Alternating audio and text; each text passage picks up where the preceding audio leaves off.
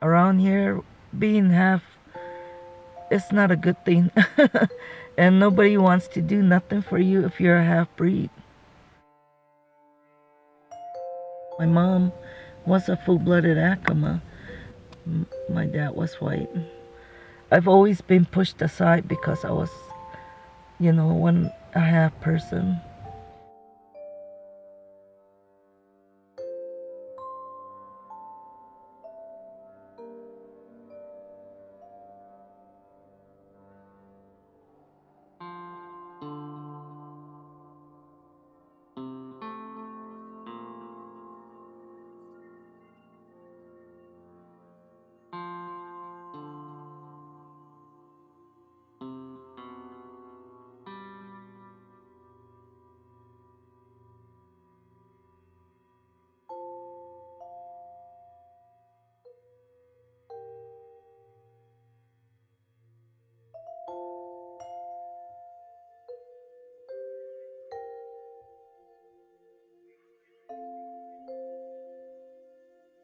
My grandmother taught me how to make pottery. My other cousins went to college and everything, but I wanted to stay and learn.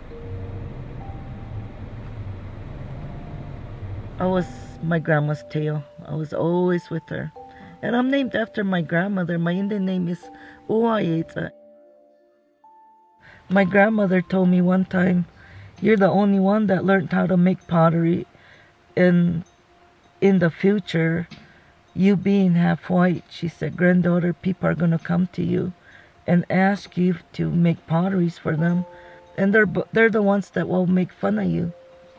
And they're the main ones that will come to you."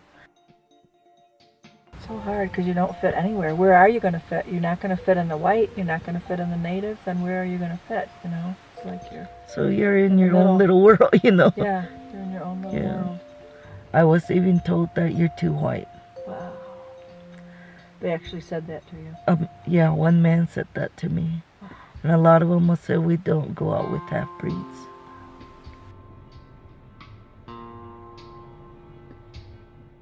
Kenny was a cowboy. He was such a good man. And he asked me, "Do you live here by yourself?" I told him, "Yeah." He kept coming up here. Pretty soon he moved in with me. That was our first truck that we bought. That's you and him and his mom. Yeah. Oh, neat. Like 5 years ago, we went to cattle work up in the mountains because they gather cattle and they sort the babies out and brand them or whatever. And when we were up there, the rangers came up and told us that our trailer burnt down. Oh no. Somebody just kicked the door in and torched our house. Oh my gosh. And we lost everything. Did you know who did it? Did you ever find out? We had suspicion. Yeah. Were they just mad at you or were they just vandals? Just little kids acting up. Kids acting up. 'Cause there's really nothing for them to do around here. That was my trailer. Oh my god. And it's gone. Somebody just burned it. Unbelievable. And that's as far as the tribe did. They haven't even cleaned it up or anything.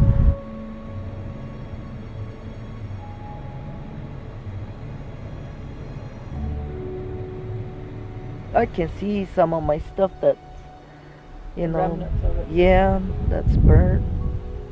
So sad.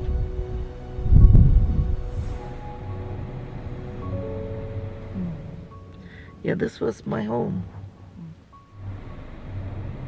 I just barely finished paying it off, Oh man. and it just burned.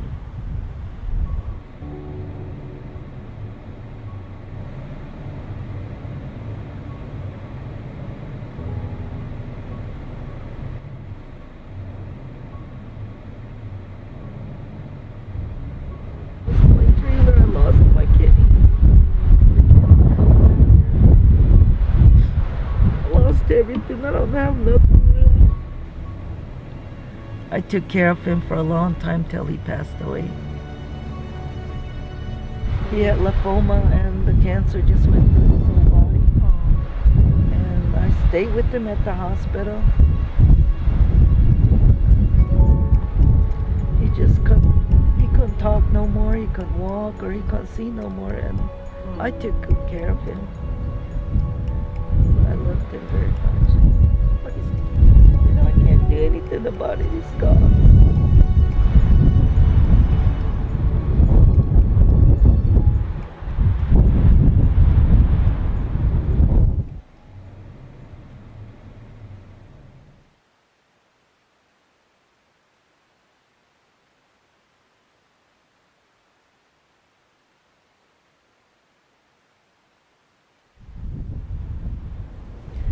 I'm still here.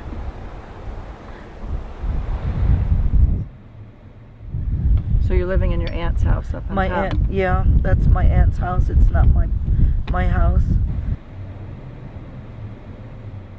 Well, where we're sitting right now is in front of the pueblo up there, but this is your land. This is my property.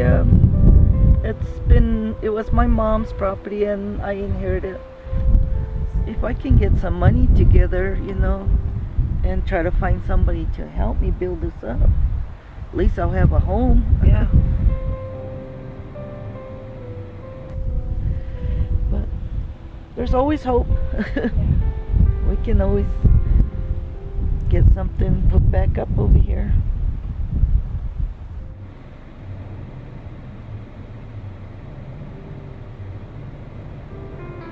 I met you and we said, oh, our names are both Norma.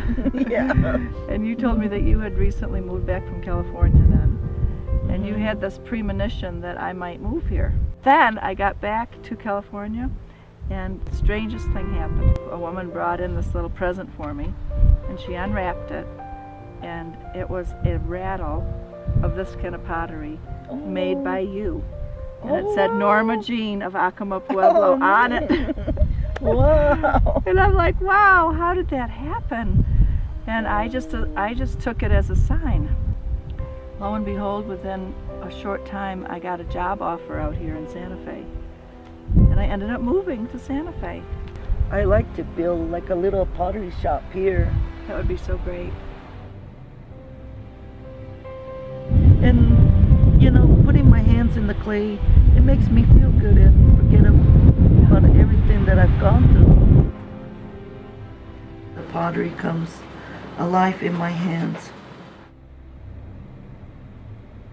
Piece after piece, ring after ring, it grows taller and taller, telling a story of hard times, of good times, shaped by season, by years. I paint and design each with a story, a meaning, form the past from the future, and it is finished, a cycle, but still living, the clay goes on.